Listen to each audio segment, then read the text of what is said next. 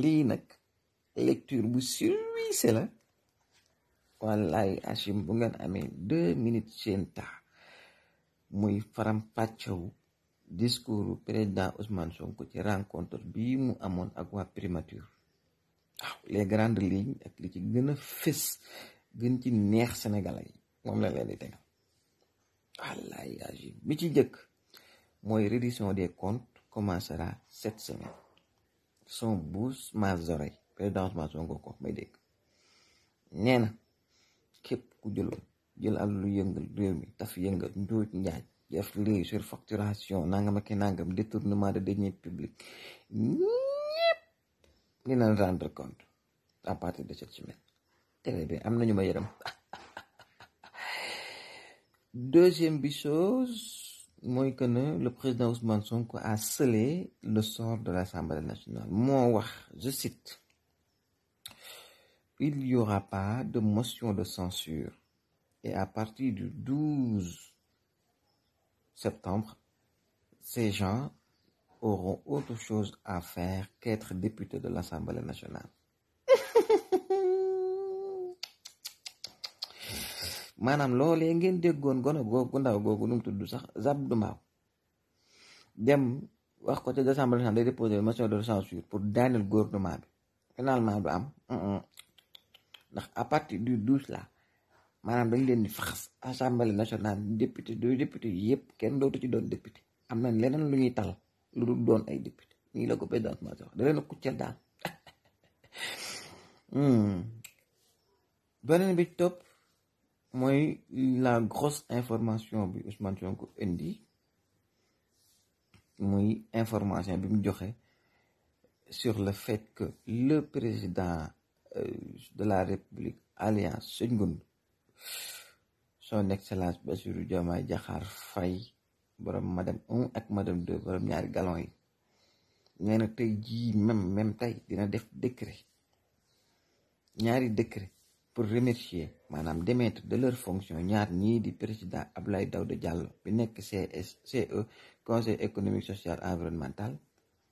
ak kii di Aminata Mbengue Ndiaye borom HCCC au conseil collectivité territorial waaw bii nga xam ne dañ demoon yóbbu ko Assemblée nationale projet de loi pour ñu mën ko supprimer ñu lànk kaar na duñ ko wote finalement Bassirou Diomaye Faye dana def décret ñi ko jiite mu remercier leen maanaam démettre leen de leur fonction dégg ngeen waaw leen góor maanaam dàq leen daal ci baatu wolof bu gën a rafet maanaam dàq leen waaw wala ñun wax joxe un coup de botte sur le derrière di kuccal leen na leen doog gën leen c'est bon c'est fini vous en avez assez fait président Ousmane Sonko joxoon ne beneen info mu ne am na 4 ba 5 éléments ci ancien régime bi ñi fi nekkoon ñoo xam dañoo échappé te localiser leen diggante Dubaï ak Canada c'est pourquoi des mesures conservatoires ont été prises pour empêcher d'autres éléments de sortir du pays et de s'échapper maanaam ñeent ba juróomi nit yooyu ñu localiser dañ daw génn réew mi rëcc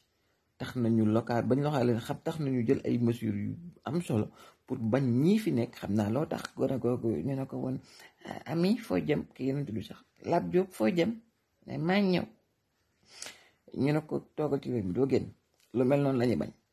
donc kenn du rëcc maanaam fii nit ñi gis naa fan yi nag daa mel ne poudre daa wàññeeku ci réew mi foo dugg sama jabar fan yi daf ba demoon jëndi boîte maquillage ñu ne ko amul ak ay perruque amul xam naa ñii waa APR góor ñi ñoo jënd maquillage nan tëj frontière yi te ku jënd ñu làmb sa bopp ndax perruque la wala karaw la ñëpp tam ñu puudaru def ay yëf pour génn réew mi te duñ ko nangu dañ ne lànk tëj ngant frontière yi camion yi génn dem Guinée it ak Mali mooy bisi dañuy xool ci suuf fi ñuy def bagage yi attan nañ faa dugg il indique même que des actes politiques seront posés aujourd'hui d'ici la fin de la journée pour montrer à l'opposition qu'il s'agit qu'elle n'a jamais compris ce qu'est la politique maanaam nee na tey ci bésu tey bi dana poser des actes yoo xam ne ñii fi nekk di layee ka cëppi-cëppi xam naa ñoom boogaan ak bokkum ak Abdou Mbow ak ñoom ñu ci daal lay waxal dina leen teg ay actes yoo xam ne bu ñu paree ñoom ñëpp dina xam ne seen lay ga cëpp-cëpp li ñu doon def mooy comprendre lan mooy politique dana leen wan lan mooy vraiment de politique. Révélation du président Ousmane Sonko toujours. Mais beaucoup de véhicules du parc automobile de la primature ont été emportés depuis longtemps par des personnes ne travaillant plus à la primature et même par des privés. Il y a auto yu bëri ci primature maanaam palais bu ndaw petit palais primature auto yu bëri maam ci premier ministre mooy fu mu liggéeyee noonu xam naa ñu bëri xamuñ li primature auto yéen kii auto service auto état bi fa nekk maanaam ñu ci bëri ñu nekkoon ci gouvernement te liggéeyu duñ fi sax dañoo jël ci auto yooyu yóbbuwaale ak ama ci ay privé jël ci auto yi yóbbu maanaam sàcc daal dañoo sàcc ci auto yi gouvernement bi dinañ ko delloo si incha allah waaw ñoom ñëpp ay delloo si PM toujours nee na le président de la république va démettre les présidents du siège et du HCS maanaam mooy li ma waxoon sànq rek dañ leen di kuccal bule leen da leen fii dootoo leen fi liggéey c'est bien c'est fini dem leen doyoon leen cëkk ci yéen amu leen benn njëriñ vous nous avez jamais sorti d'une galère dañ leen di limoncé daal. Donc et enfin le président Ousmane Sonko annonce une profonde réorganisation de la primature. Il déclare: le pays a besoin d'un premier ministre puissant pour mener à bien la politique du gouvernement. maanaam nee na danañ organiser wu waat primature maanaam danañ gën a amaat puissance xoolaat ni ñuy doxalee organiser waat ko ndax réew mi dafa soxla premier ministre bu puissant pas bu mel ne ki fi nekkoon mel ne ku ñàmbali ko yàpp kenn mësu koo dégg mu wax lu jëriñ askan bi kenn mësu koo gis mu jël ay décision yu askan bi gis bopp kenn mësu sentir na sax c'est un premier ministre mësu ñoo xam rôle le premier ministre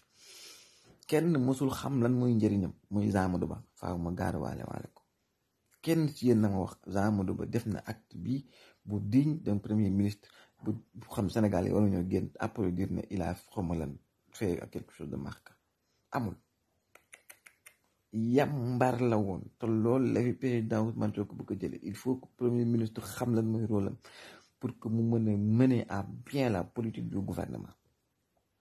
waaw premier ministre yi fi jaaroon nag daawuñu liggéey astafurlah wala boog Amadou Ba bi ñu xam ñun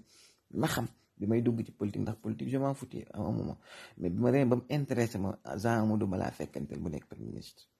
donc musuma gis